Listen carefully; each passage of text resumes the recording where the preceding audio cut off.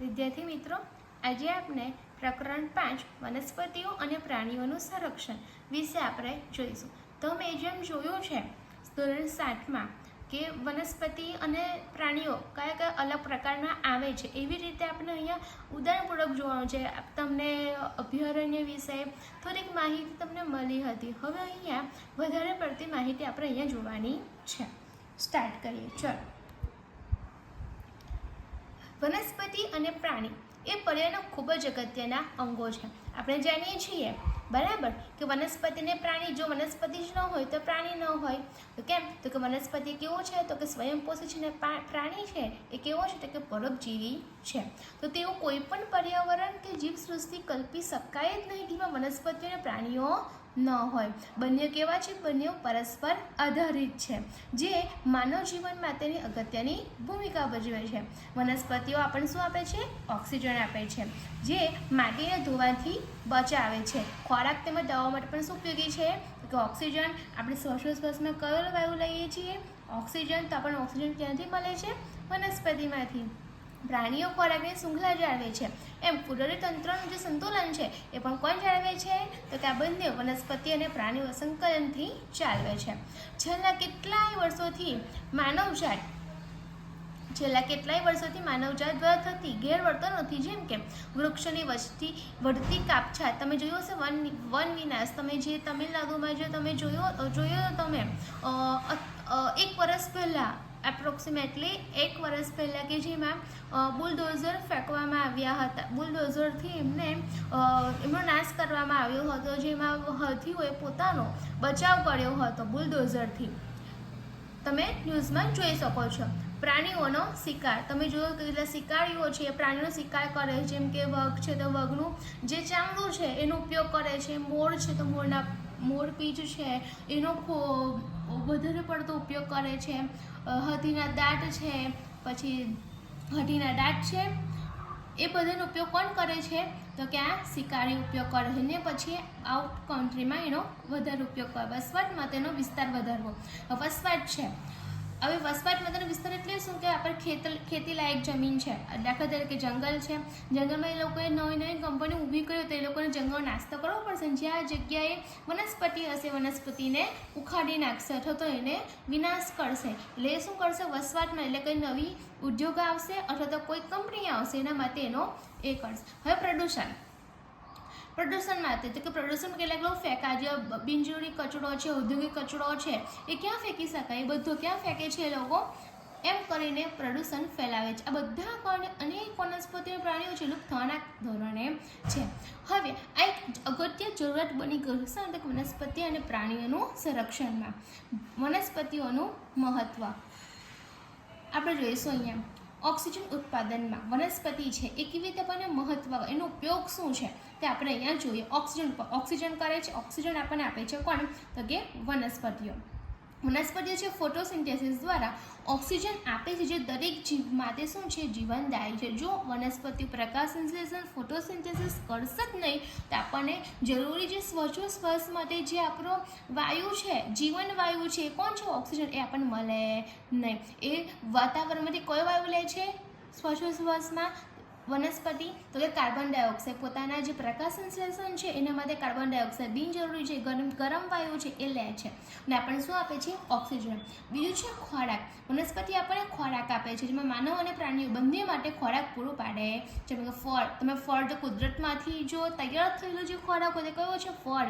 હવે તમે જો એ આપણે એકદમ એની ઉપર કશી પણ બનાવટ નથી કરવાનું, કંઈ વઘારવાનું છે કશું પણ કરવાનું નથી, તો આપણને ફળ મળે છે. શાકભાજી. તમે શાકભાજી જોઈ શકો છો કે અનેક પ્રકારના શાકભાજી છે. અનાજ છે એ આપણને કોણ આપે? તો કે વનસ્પતિઓ આપે છે. હવે ઔષધિઓ. વનસ્પતિઓ આપણને ઘણી પ્રકારની ઔષધિઓ આપે, જેમાં અનેક ઔષધિઓ છોડમાંથી બનાવવામાં આવે છે, જે આરોગ્ય માટે કેવી છે? ઉપયોગી છે. તુલસી છે, અરડુસી છે, બરાબર. એ બધી શું છે? તો કે ઔષધિઓ છે. મરદાર છે. મરદાર સિંગ તમે જોઈ હશે, બરાબર. એ શાના માટે ઉપયોગી છે? તમારા જે આંતરડા છે, આંતરડામાં જો તમને કંઈ ગૂંચ થઈ હશે તો એનો ઉપયોગ માટે થઈ શકે છે. હવે જોઈએ માટીની જાળવણી માટે વૃક્ષોની જોડે માટીને જકડી રાખે છે, જેથી જમીન ધોવાઈ નહીં જાય. બરાબર. તો માટીની જાળવણી કરવી હોય, તમે ખેતરમાં જોયો હશે કે આજુબાજુ પાડા ઉપર શું વાવવામાં આવે છે, તો કે વનસ્પતિ ઉગાવવામાં આવે છે, મોટી મોટી ઘટાદાર. કેમ? તો કે એમાં જે રહેલી જે જમીનમાં જે ફળદ્રુપ માટી છે એ બળ જતી ન રહે. એટલા માટે માટીની જાળવણી માટે વનસ્પતિઓ પણ ખૂબ મોટા પાયા પર ઉપયોગી છે. હવે જે વરસાદના સહાય, વરસાદમાં કેવી રીતે સહાય કરે છે, તો કે વૃક્ષો ભેજ જાળવે છે અને વરસાદના ચક્ર મહત્વની ભૂમિકા ભજવે છે. જૈવ વિવિધતા, છોડ એ ઘણા પ્રાણીઓ અને પક્ષીઓ માટે નિવાસ અને ખોરાકનો શું છે, સ્ત્રોત છે. જો વનસ્પતિ જ ન હોય તો આપણે શું કરી શકીએ, આપણે ખાઈ શકીશું ફળ, શાકભાજી, અનાજ આપણે ક્યાંથી મેળવીશું, આપણે મેળવી શકીશું નહીં. આપણે કેવા છીએ, પરોપજીવી, બીજા ઉપર એટલે કે વનસ્પતિ પર આધાર રાખીએ છીએ. જે વનસ્પતિ છે આપણે એના આટલા બધા ઉપયોગો છે. પ્રાણીઓનું મહત્વ, તો ખાદ્ય શૃંખલાનું સંતુલન. પ્રાણીઓ છે ખોરાકના ચક્રમાં મહત્વ ધરાવે છે. શિકારી, શિકાર બંનેનું સંતુલન. જો શિકારી જ ન હોય તો શિકાર કરશે. બરાબર. એટલે બંનેની ભૂમિકા પણ શું, ખાદ્ય શૃંખલામાં, બરાબર, આહાર શૃંખલા છે, ખાદ્ય શૃંખલા છે, એમાં પણ મહત્વ પ્રાણીઓ ધરાવે છે. કૃષિમાં સહાય, બળદ, ઘોડા જેવી પ્રજાતિઓ ખેતી માટે મદદરૂપ થાય. તમે જોયું હશે કે પહેલાંના જમાનામાં જે ખેતરો માટે હળ પહેલાં હતું, તો હળ શાનાથી ચલાવવામાં આવતું હતું, તો કે બળદથી. બરાબર. પડે છે કે બળદે આગળ ચાલે તેમ તેમ હળ પાછળ ચાલે ને ખેડૂત એને ચાલવે. હવે શું આવી ગયું છે, તો કે ટ્રેક્ટર આવી ગયા છે. હવે છે પશુપાલન ઉત્પાદનો, દૂધ, ઊન, ચામડું, માંસ જે ઉપજ માટે પ્રાણીઓ કેવા છે, ઉપયોગી છે. પ્રાકૃતિક ખાતર પૂરું પાડે છે. ગાય અને અન્ય પ્રાણીઓના નકામો જે કચરો છે એ જમીન માટે કેવો છે, લાવક છે. એટલે કે પ્રાકૃતિક ખાતર તમે જોયું હશે કે જે છાણિયું ખાતર છે એ શાના માટે ઉપયોગી છે, તો કે એનાથી વધારે સારું ઉત્તમ પેદાશ આપણે કરી શકીએ છીએ. વિજ્ઞાન અને આરોગ્ય ક્ષેત્રે પ્રાણી પર સંશોધન થતું હોવાથી નવી દવાઓ અને સારવાર પણ વિકસે. તમે જોયું હશે કે સાયન્ટિસ્ટો છે તે આજના જમાનામાં કંઈક અલગ અલગ પ્રકારની, તમે જો હવે એઆઈનો જમાનો આવી ગયો છે. બરાબર. તો એના જમાનામાં શું થશે, તો કે એના જમાનામાં તમે જોઈ શકો છો કેટલી બધી સંશોધન થઈ રહ્યું છે. દવાઓ તમે જોઈએ તો કેન્સરની દવાથી માંડીને ઘણી પ્રકારની દવાઓ વિકસિત થઈ રહી છે, પણ વિજ્ઞાન અને આરોગ્ય ક્ષેત્રના કારણે. પર્યાવરણનું સંતુલન જાળવે છે. પ્રજાતિઓ વચ્ચેના સંબંધો ઇકોસિસ્ટમને સંતુલિત રાખે છે. પર્યાવરણમાં સંતુલન રાખવું તો કોણ, તો કે વનસ્પતિ અને પ્રાણીઓ બંને જરૂરી છે. માનવીય લાગણીઓ અને સંગાર, કૂતરા બિલાડી જેવા પાલતુ પ્રાણી માણસને સંગાથ આપે છે અને માનસિક આરામ પણ આપે છે. જો કૂતરા બિલાડી ન હોય, બરાબર, કૂતરા શું કરે છે કે આપણી વફાદારી કરે છે, બરાબર, ઘરની વફાદારી કે ચોકની વફાદારી કરે એ પણ લોકો જોવા જોઈએ. હવે જે વન વિનાશના કારણો, વન વિનાશ એટલે શું, તો કે વન વિનાશ એ એવી પ્રક્રિયા છે કે જેમાં વૃક્ષો અને જંગલોને મોટા પાયે કાપીને જમીનનો ઉપયોગ અન્ય માનવ પ્રવૃત્તિઓ માટે કરવામાં આવે. બરાબર. તમે આગળ જોયું છે કે વન વિનાશ શું કહેવાય, તો કે એ બીજા માટે ઉપયોગ કરવામાં આવે.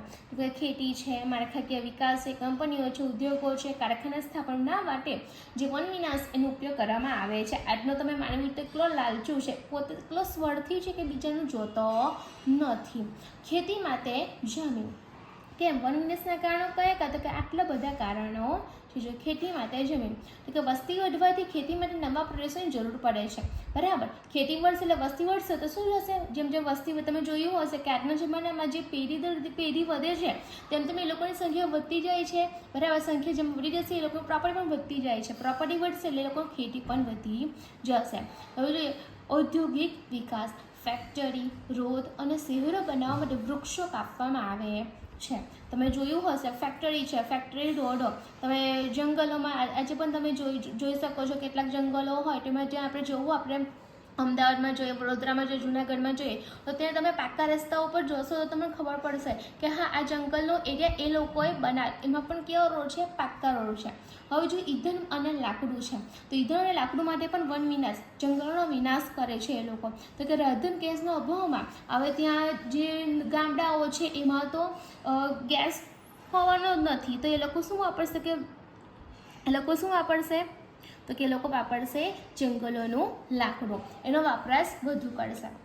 શિકાર અને પશુપાલન માટે, પ્રાણીઓ માટે ચારો અને સ્થળ મેળવવા માટે વૃક્ષો કપાય છે. તમે જોયું હશે કે પ્રાણીઓ હંમેશા શું થાય છે, તો કે લીલી ઘાસ છે, ચારો છે, સામાન્ય કરવામાં તો વૃક્ષોમાંથી કરવામાં આવે છે. તો જો વનમાં જે બધી વનસ્પતિઓ છે ને એનો જ ઉપયોગ કોણ કરે છે તો કે પશુપાલન માટે. તો આપણે એની માટે પોતાની જમીન, પોતાની ખેતી અને એમાં ચાડો કરવો જોઈએ અને જે આપણા પાલતુ પ્રાણીઓ છે એ લોકોને ચારો નાખવો જોઈએ. તો આપણે એને અટકાવી શકીએ છીએ. વસવાટ માટે વિસ્તરણ, તો કે બિલ્ડિંગો છે, બિલ્ડિંગો બનાવવા પણ જંગલનો નાશ થાય. તમે જૂની બિલ્ડિંગો જોઈએ હશે એ બનાવવા પ્રશ્નો થાય છે તો કે વન વિનાશ થાય છે. વન વિનાશ તો થઈ ગયો છે, હવે એના પરિણામે શું થશે તો જોઈએ. પર્યાવરણનું સંતુલન, ઓક્સિજન ઓછો અને કાર્બન ડાયોક્સાઇડ કેવો થાય છે વધારે. જો વન જ ન હોય, વનમાં વનસ્પતિ જ ન હોય તો શું તમે જોઈ શકો છો કે પહેલાં કેવી હળીહળી છે ને હવે જુઓ દેખાય તમને અહીંયા. ઓકે, જો વરસાદમાં ઘટાડો, વૃક્ષો ભેજ જાળવે છે તેનો અભાવ, વરસાદ કેવો પડે છે ઓછો. જો વૃક્ષો ભેજ જ નહીં જાળવે તો શું થશે, વરસાદ પડશે નહીં પડે. ઓકે, ભૂસ્ખલન અને જમીન ધોવાઈ જવું, વૃક્ષોની અનકોટથી જમીન એ ધોવાઈ જાય છે. ભૂસ્ખલન થઈ જવું, બરાબર, અચાનક જમીન ધોવાઈ જાય તો એ શાના કારણે થાય છે, જો વનસ્પતિ જ ન હોય એને જકડી માટીને જકડી જ નહીં રાખે તો ભૂસ્ખલન થશે કે નહીં, તો કે થશે. એટલા માટે વનસ્પતિ જરૂરી છે. જૈવ વિવિધતાનો નાશ, અનેક પ્રજાતિઓનું નિવાસસ્થાન શું થાય છે નષ્ટ થાય છે.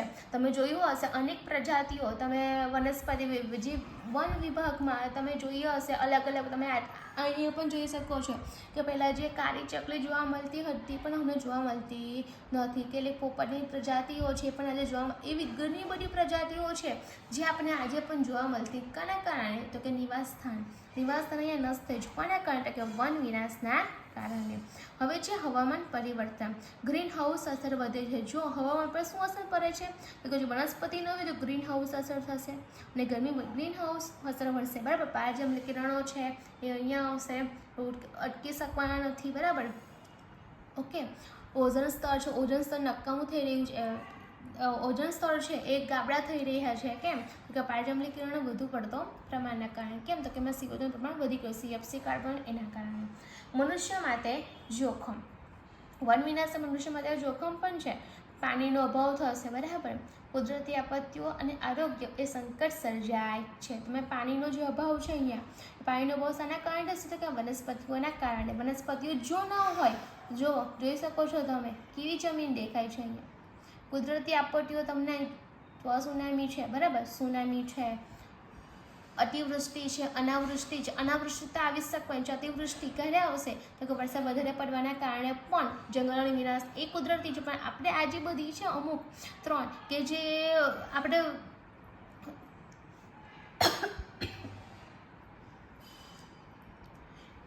અતિવૃષ્ટિ છે કે જે કુદરતી છે, બરાબર, દાવાનળ છે, એ બધું કુદરતી રીતે છે પરંતુ આપણે માનવીય પ્રવૃત્તિઓના કારણે કરીએ છીએ. એટલા માટે આ કેવું છે માનવીય પ્રવૃત્તિઓ અને કુદરતી પ્રવૃત્તિઓના કારણે વન વિનાશ થઈ શકે છે.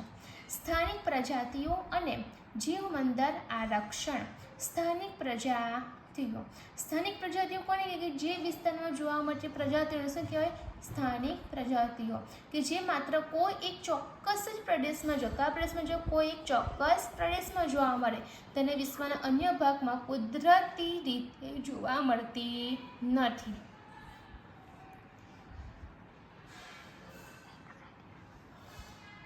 વિશેષતાઓ, આ જે સ્થાનિક પ્રજાતિ છે એની વિશેષતા શું છે કે આ જીવજાતિઓનું જીવન છે માત્ર એ પ્રદેશની હવામાન, જમીન અને પર્યાવરણ પર આધારિત હોય છે. શેના ઉપર કે તમે જોયું હતું કે ભરૂચ શહેર છે અથવા તો અહીંયા સુરત શહેર, એમાં સુરત શહેરમાં રહેતી જે પ્રજાતિઓ છે, બરાબર, તો એ લોકોનું જે હવામાન છે, એ લોકોનું તાપમાન છે, દબાણ છે, જમીન છે, પર્યાવરણ છે, એ લોકો પર આધાર છે. બાયોલોજીકલ ક્લોક કહીએ છીએ આપણે તે એની ઉપર આધાર. તમે વનસ્પતિ જે વન વિભાગ છે, બરાબર, તો ત્યાંથી જંગલોમાંથી ત્યાંથી આપણે કૂતરું લાવીશું, બરાબર, અથવા તો જંગલી બિલાડી લાવીશું, અહીંયા આપણે રહીએ છીએ ત્યાં તો શું ફેરફાર થશે કે એનો આખો ફેરફાર તમને અહીંયા જોવા મળે છે. જો તેમનું નિવાસસ્થાન નષ્ટ થાય તો તેમની સંખ્યા ખૂબ જ ઝડપથી ઘટી શકે છે. નિવાસસ્થાન નષ્ટ થાય, આપણે ત્યાંથી જંગલી બિલાડી લાવીએ છીએ, જંગલી બિલાડી આપણે અહીંથી લાવીએ છીએ બરાબર, તો એનું ખૂબ જ ઝડપથી ઘટી શકે. એનું જે તાપમાન છે, તાપમાન બધી બદલાઈ જાય, ત્યાં તાપમાન કેવું હોય છે તો કે સારું હોય છે, જેને અહીંયા કેવું હોય છે વધારે પડતું ગરમ હોય છે. આવા પ્રજાતિઓ માટે સંરક્ષણ છે વધુ જરૂરી બને છે. માટે સ્થાનિક પ્રજાતિઓ ચોક્કસ પ્રદેશમાં જોવા મળે એને શું કહેવાય, કુદરતી રીતે જોવા મળતી નથી. એને શું કહેવાય, સ્થાનિક પ્રજાતિ. ઉદાહરણ તરીકે ગીરનો જે સિંહ છે બરાબર, ગીરનો સિંહ બરાબર, તો કે દુનિયામાં માત્ર ગુજરાતના ગીર જંગલમાં જોવા મળે. તમે સિંહ જો ગીરનો સિંહ છે એ ક્યાં જોવા મળે છે તો કે ગીરના જંગલમાં. ઓકે, ચલો જોઈએ હવે આ તમે જોઈ શકો છો અહીંયા કે અહીંયા સ્થાનિક પ્રજાતિઓ છે પોતાના પ્રદેશ પ્રમાણે હોય છે. જીવમંડળ આરક્ષણ. જીવમંડળ આરક્ષણ એ વિસ્તારો હોય છે પર્યાવરણ, જીવજંતુઓ અને માનવ સમુદાય વચ્ચે સંતુલન જાળવી સંરક્ષણ કરવામાં આવે છે. વિશેષતાઓ કે અહીં પ્રાકૃતિક અને માનવ સહ અસ્તિત્વ બંનેને પ્રોત્સાહન. કોને પ્રોત્સાહન મળશે તો કે પ્રાકૃતિક અને માનવ સહ અસ્તિત્વને. ઓકે,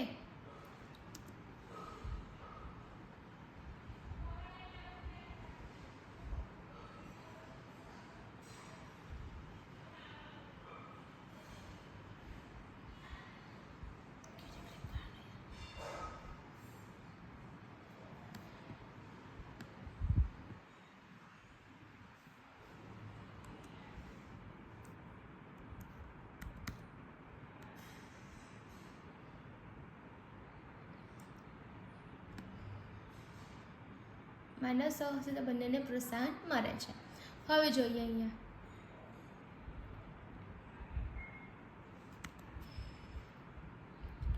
તે માત્ર પ્રાણીઓ માટે નહીં પરંતુ ઔષધીય છોડ, નદી જળના સામાજિક સંસ્કૃતિ માટે પણ મહત્વ ધરાવે. યુનેસ્કો છે એકરના 22 પર રિઝર્વ્સ ઇન બેસિક્સ પર માન્યતા આપે. જીવમંડળ જે આરક્ષણ છે એમને પણ માન્યતા આપે છે. આપણે જે અહીંયા ચેપ્ટર છે એમાં શું કહ્યું છે તો કે પંચમહાલ છે, પંચમહાલ જેવ આરક્ષણ ક્ષેત્ર વિશે બનવાના છીએ. તો કે વિભાજન, જેમાં આ બધા વિભાજન કરવામાં આવેલા છે. તમે જોઈ શકો છો અહીંયા નીલગિરી, સદબર્ન, પંચમઢી બરાબર, ગુલમાર્ગ એ બધા શાના છે તો કે ભારતના મુખ્ય મેઇન છે. તમે અહીંયા જોઈ શકો છો.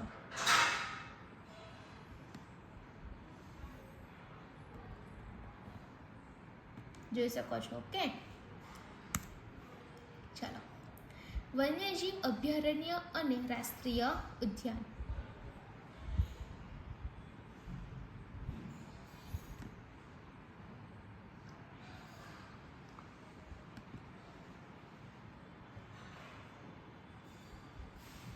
ચાલો વન્યજીવ અભયારણ્ય.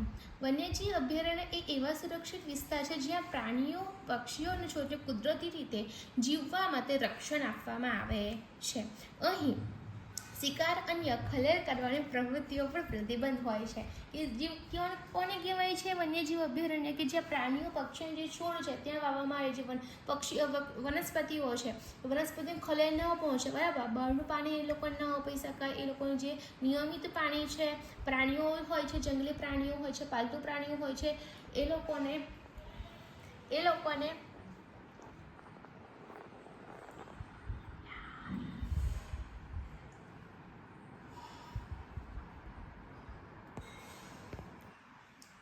એવા સુરક્ષિત વિસ્તાર છે કે જ્યાં પ્રાણીઓને કોઈ પણ ખલેલ પહોંચાડવામાં આવતી નથી. એ લોકોને નિયમિત ખોરાક નિયમિત સમયે એ લોકોને આપવામાં આવે છે.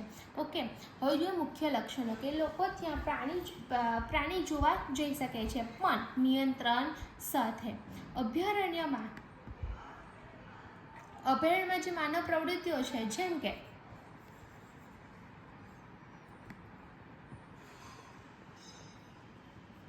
અભયારણ્ય માનવ પ્રવૃત્તિઓ છે જેમ કે કેટલીક વાર મજૂર પશુપાલન જે ખેતી છે એ લોકો માટે શું હોય છે તો કે પશુપાલન માટે પણ એ લોકો માટે મંજૂર હોઈ શકે છે.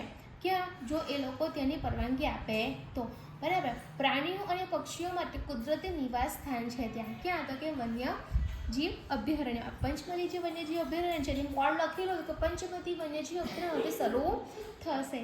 ઉદાહરણ ગીર અભયારણ્ય. સિંહ છે તો ગીર અભયારણ્યમાં શું જાણીતું છે કે અહીંયા સિંહ જે ગુજરાતમાં આવ્યું છે ગીર અભયારણ્ય. ઓકે, નળ સરોવર છે અભયારણ્ય બરાબર, જે પક્ષીઓ માટે જાણીતું છે. હવે ઓડિશામાં જે ચરચણ પક્ષીઓ માટે જાણીતું. હવે જોઈએ વન્યજીવ અભયારણ્ય. હવે જે ગુજો અને પહેલી છે, જેમ જેમ આગળ જાય એમને શું જોવે છે અહીંયા રાષ્ટ્રીય ઉદ્યાનો. શું જોવે છે? રાષ્ટ્રીય ઉદ્યાનો. એ લોકો બોર્ડ વાંચે છે. હવે જોઈએ અર્થ. રાષ્ટ્રીય ઉદ્યાન એ એવો વિસ્તાર છે જે સંપૂર્ણ રીતે સરકાર. અહીંયા શું છે તો કે અહીંયા કોઈ ખાનગી હોય અથવા તો જે એના વન્યજીવ અભયારણ્યના જે માલિક હોય છે અથવા તો કોઈ સંસ્થા એના જોડે એટલે રાષ્ટ્રીય ઉદ્યાન શું છે કે સરકાર દ્વારા રક્ષિત કરાયેલો વિસ્તાર. શું કહેવાય? રાષ્ટ્રીય ઉદ્યાન. Okay, national park. જ્યાં પ્રાકૃતિક વૃક્ષો હોય છે, પ્રાણીઓ અને પર્યાવરણનું સંપૂર્ણ રક્ષણ કરવામાં આવે છે. હવે જોઈએ મુખ્ય લક્ષણો. અહીં કોઈપણ પ્રકારની માનવ પ્રવૃત્તિ પ્રમાણમાં વધુ નિયંત્રિત હોય છે. અહીંયા કોઈપણ પ્રવૃત્તિ માનવ પ્રવૃત્તિ કરવામાં આવતી નથી. શિકાર, ખેતી, કાપછાટ પૂર્ણપણે પ્રતિબંધ હોય છે.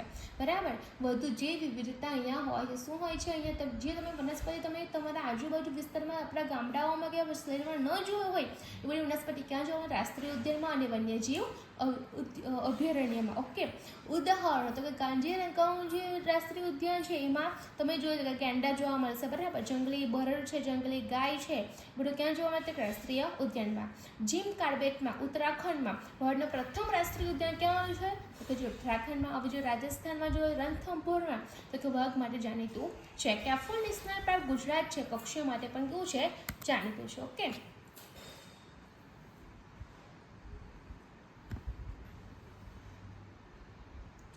ઓકે. શું છે વન્યજીવ અભયારણ્ય અને રાષ્ટ્રીય ઉદ્યાન વચ્ચેનો તફાવત? નિયંત્રણ.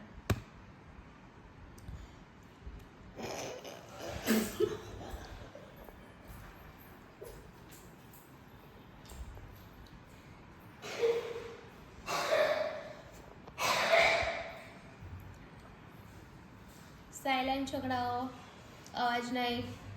માનવ પ્રવૃત્તિઓ જોઈએ અહીંયા.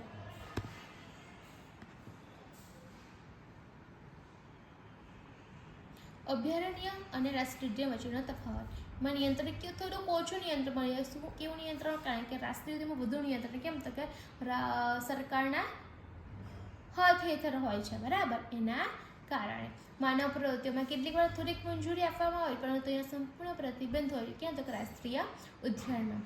સરકાર દ્વારા સંચાલન કરવામાં આવે છે કે હા, પણ સ્થાનિક સહયોગ પણ હોય. સરકાર દ્વારા સંચાલન, હા, સરકાર દ્વારા સંચાલન હોય છે પરંતુ અમુક જે સ્થાનિક પ્રજાતિઓ છે, સ્થાનિક જાતિઓ છે એ લોકોમાં સહયોગ કરવામાં આવે છે. એટલે અહીંયા સંપૂર્ણ સરકાર દ્વારા સંચાલિત એ કોણ? તો કે રાષ્ટ્રીય ઉદ્યાન. મુખ્ય પ્રદેશ પ્રાણીઓનું રક્ષણ કરે છે. અને અહીંયા શું આવશે? અહીંયા ખાલી પ્રાણીઓમાં શું આવશે તો કે પર્યાવરણ, પ્રાણી, છોડ, સંપૂર્ણ. અહીંયા વનસ્પતિ પણ આવશે, પર્યાવરણ પણ આવશે. પણ જે રાષ્ટ્રીય ઉદ્યાન છે એમાં ખાસ પ્રકારનું સંરક્ષણ, જ્યાં અલગ અલગ પ્રકારની વનસ્પતિઓ પ્રજાતિઓ છે અહીંયા જોવા મળે છે. ઉદાહરણ જોઈએ એમાં ગીર, નળ સરોવર વગેરે. હવે અહીંયા જોઈ શકો કાંજીરંગા, ઝીમ કાર્બેટ, રણથંભોર રાજસ્થાન. તમે જોઈ શકો છો અહીંયા જે સિંહ છે એ ગીરના છે. વાઘ, હિપોપોટેમસ, ગેંડા, આ વનસ્પતિ તમે જોઈ શકો છો.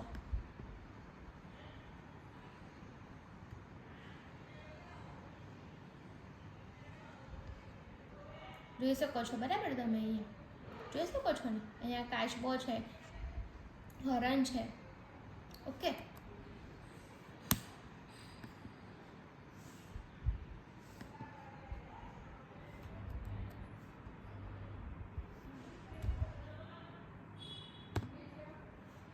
પર્યાવરણ માટેના જોખમ.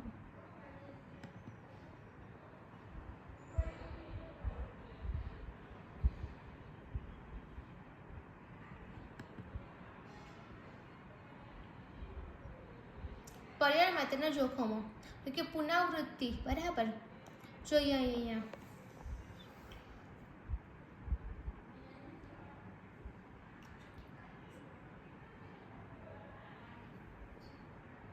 પુનઃવનીકરણ. ઓકે, પુનઃવનીકરણ એટલે શું? એવી પ્રક્રિયા કે જ્યાં કપાઈ ગયેલા અથવા નષ્ટ થયેલા જંગલોને ફરીથી વૃક્ષો વહીને પુનઃસ્થાપિત કરવામાં આવે છે, જેમાં શું હોય છે, ભલે એ વનસ્પતિ કંઈક બીજી હશે, બરાબર, ત્યાં અશોક હોઈ શકે, બરાબર, તો અશોકની જગ્યાએ આપણે અશ્વગંધા વાવી શકીએ છીએ, બરાબર, આંબો છે તેની જગ્યાએ લીમડો વાવી શકીએ છીએ. એવું નહીં કે જે વનસ્પતિ જે કપાઈ ગઈ છે એની જગ્યાએ એ જ વનસ્પતિ ઉગાડવાની, પણ શું કરવામાં આવે છે કે નષ્ટ થઈ ગયા જંગલો છે એને ફરીથી વૃક્ષો વાવીને પુનઃસ્થાપિત કરવામાં આવ્યું છે કે પુનઃ બની કરામ. તે વન વિનાશને નિવારે છે, ઓક્સિજનની માત્રાને વધે છે, જમીન ધોવાઈ જતી અટકે છે, પર્યાવરણ સંતુલન જળવાય છે, અનેક પ્રાણીઓ અને પક્ષીઓને ફરી નિવાસ સ્થાન મળે છે.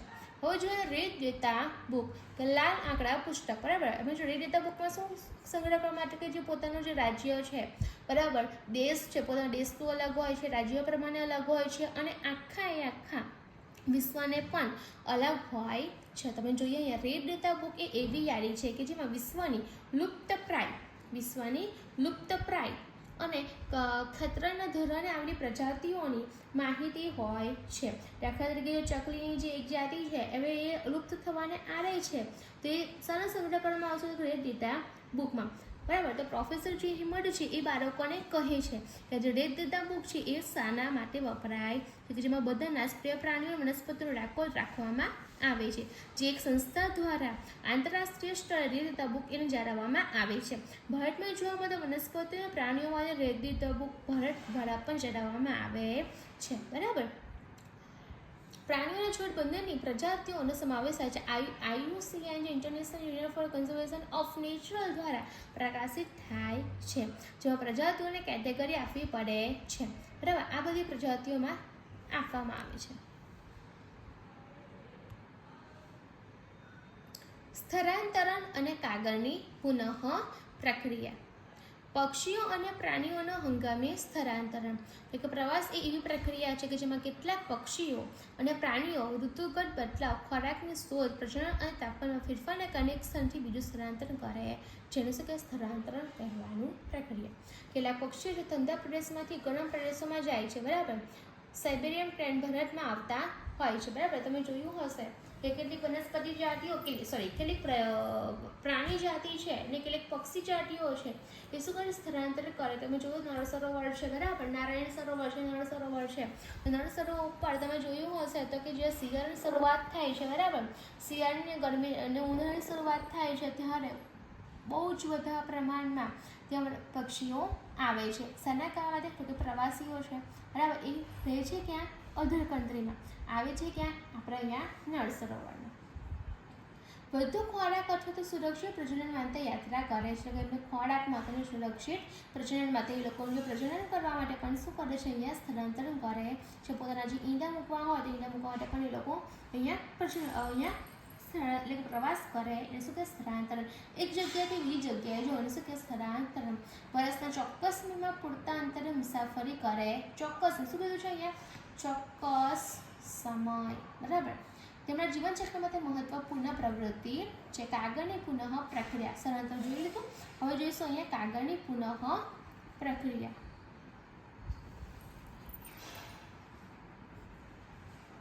રિસાયકલ ઓફ કાગળનો ફરી ઉપયોગ કરવા માટે તેની પુનઃ પ્રક્રિયા એટલે કે રિસાયકલિંગ કરવામાં આવે છે, જેના જૂના જે કાગળ એકઠા કરીને તેમને પુનઃ ઉપયોગી કાગળમાં રૂપાંતરણ કરાય. તમે જોયું હશે અહીંયા કે તમે અહીંયા જે નોટબુકમાં તમે વગર કામના પેજ ફાડીને ફેંકી દો છો, પણ એનું પણ તમે જોયું હશે કે બ્લેક પેજ હોય છે, કેટલાકને એકદમ વ્હાઇટ હોય છે, કેટલાકને મીડિયમ પેજ, એ શાના ઉપર આધાર રાખીએ છીએ? કે પુનઃ પ્રક્રિયા ઉપર, બરાબર. જેટલા કાળા પેજ એટલા ઉપર એની પુનઃ પ્રક્રિયા થઈ હશે. મુખ્ય મુદ્દાઓ કે 1 ટન કાગળ રિસાયકલ કરવામાં આવે તો લગભગ 17 વૃક્ષો બચી શકે. કેટલા વૃક્ષો બચી શકે છે બાળકો? 17 વૃક્ષો. ઓકે. પાણી અને ઉર્જા બચાવવા માટે પણ શું છે? ઉપયોગી છે. એટલે પાણી પણ બચશે અને એટલી ઉર્જા પણ બચશે. શાના માટે? કાગળની પુનઃ પ્રક્રિયા માટે. ઘરેલું અને શૈક્ષણિક કાગળનો પુનઃ ઉપયોગ કરીને પર્યાવરણ પણ બચાવી શકાય છે.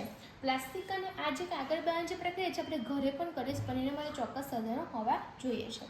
પ્લાસ્ટિક અને અન્ય કચરાની સાથે કાગળ ન ફેંકવો જોઈએ. તમે જોયું હશે કે પ્લાસ્ટિકનો વપરાશ તો બહુ જ બધો વધી ગયો. એની જગ્યાએ આપણે શાનો ઉપયોગ કરવો જોઈએ? કાગળની બધી વસ્તુઓનો આપણે ઉપયોગ કરવો જોઈએ.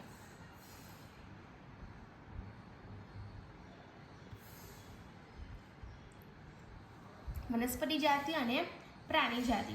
વનસ્પતિ જાતિ એટલે શું ને પ્રાણી જાતિ એટલે શું? જોઈએ અહીંયા કોઈ પણ વિશેષ વિસ્તારની તમામ જાતની છોડ, વૃક્ષો, લતાઓ, ફૂલો, ઝાડીઓ વગેરે શું કે વનસ્પતિ જાતિ કહેવામાં. તમે જોયું હશે વનસ્પતિઓમાં અલગ અલગ પ્રકારના છોડ હોય છે, વૃક્ષો હોય છે, સ્વરૂપો હોય છે, લતાઓ એટલે કે વેલીઓ હોય છે, ફૂલો છે, જડીઓ છે. તમે જોશો એની પણ વિશેષતા હોય છે. વનસ્પતિઓ ઓક્સિજન ઉત્પન્ન કરે છે અને કાર્બન ડાયોક્સાઇડ પોતે લે છે. તેઓ પ્રાણી જાતિ માટે ખોરાક, નિવાસ અને છાયાનો સ્ત્રોત છે. શેના માટે? તો કે પ્રાણી જાતિ માટે. એટલે કે આપણને શું આપે છે? ખોરાક આપે છે, નિવાસ સ્થાન આપે છે, લાકડું આપે છે ને આપણને, બરાબર ને? બરાબર. ચલો જોઈએ. જમીનની નમતા જાળવે છે. જમીન ધોવાને અટકાવે છે. પણ વનસ્પતિ પાક, વૃક્ષ, ઘઉં અને ચોખા છે એ બધા પાક જે આપણે મમ્મી જે આપણે ઘરે રોટલી અને ભાત, રાઈસ પર લસણ પાણી ઘઉંને ચોખામાંથી બનાવે છે. ઔષધીય છોડ છે, તુલસી છે, અશ્વગંધા છે, અરડુસી છે, પ્રવાસીમાંથી મળે છે આપણને ઔષધીય છોડોમાંથી. જંગલના જે વૃક્ષો છે મળે સાગ, સાલ, બાવળ, ગુલમોહર, અશોક, બરાબર. ચંદન તમે જે પેલું પુષ્પા મૂવી જોયું હતું ને તમે કે એમાં કેવી રીતે થાય છે તે બધું શામાંથી મળે છે? કે જંગલના વૃક્ષોમાંથી. હવે જોઈએ અહીંયા પ્રાણી જાતિ એટલે શું? કોઈ ખાસ વિસ્તારમાં રહેતા તમામ પ્રાણીઓ, પક્ષીઓ, જીવજંતુઓ, જળચર, પાંજરીઓ અને વન્યજીવને મળતી આવતી પ્રજાતિને શું કહેવાય છે? પ્રાણી જાતિ કહેવામાં આવે છે. પ્રાણીઓ પર્યાવરણમાં ખાદ્ય શૃંખલા જાળવે છે. કેટલાક પ્રાણી છે દૂધ, ઊન, માંસ વગેરે માટે પણ ઉપયોગી છે. તમે જોયું હશે તો ઘેટા બકરા છે એ લોકોનું જે ઊન છે એ ઉપયોગી છે. દૂધ છે, ઉત્તમ દૂધ કયું કહેવાય છે? કે ગાયનું. પછી શું હશે? ગાય, ભેંસ, બકરી બધા દૂધેરા પ્રાણીઓ છે એ લોકોનું દૂધ ઉપયોગી છે, ઊન ઉપયોગી છે, માંસ છે, બરાબર. હવે જોઈએ પાળતુ પ્રાણીઓ. પાલતુ પ્રાણીઓ એટલે શું? કે ગાય, ભેંસ, બિલાડી એ બધા કેવા છે? પાલતુ. વન્ય પ્રાણીઓ સિંહ, વાઘ, હાથી એ બધા વન્ય પ્રાણીઓ છે. પક્ષીઓ કબૂતર અને મોર. અહીંયા જળચર પ્રાણીઓ માછલી, કરચલા વગેરે. તમે જોયું હશે પેલો જે જળગોડો તમે જોયો હશે ને એ જળગોડો બધા સમાય તો કે જળચર પ્રાણીઓમાં આવશે. જંતુઓ છે, જંતુઓ શેમાં આવશે? તો કે મધમાખીમાં. તિતલી છે એ બધા શેમાં આવશે? જોઈ શકો છો તમે અહીંયા અલગ અલગ છે ને અહીંયા. તો પછી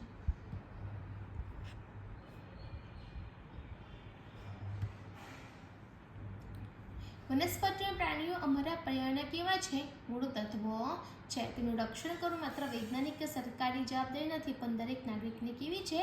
ફરજ છે. વન વિનાશ, પ્રદૂષણ અને શિકાર એવી જીવ માનવીય પ્રવૃત્તિઓ તેમને ખતરા હેઠળ મૂકે છે. તો વન વિનાશ ન કરવો જોઈએ આપણે અહીંયા, બરાબર. વન વિનાશ નથી કરવાનો, પ્રદૂષણ નથી ફેલાવવાનું, શિકાર પણ કરવાનો નથી. હવે છે પુનઃવનીકરણ, જે વિવિધતા સંરક્ષણ કરવું, સંરક્ષણ અભિયાનો વગેરે દ્વારા આપણે ધરતીને બચાવી શકીએ છીએ, જંગલને આપણે બચાવી શકીએ છીએ. સંદેશ કે આવતી પેઢી માટે શાંતિભર્યું અને હરિયાળું ભૂમંડળ છોડી જવા માટે આજે એક વૃક્ષ વાવો અને એક પ્રાણી બચાવો. Protect nature, preserve life.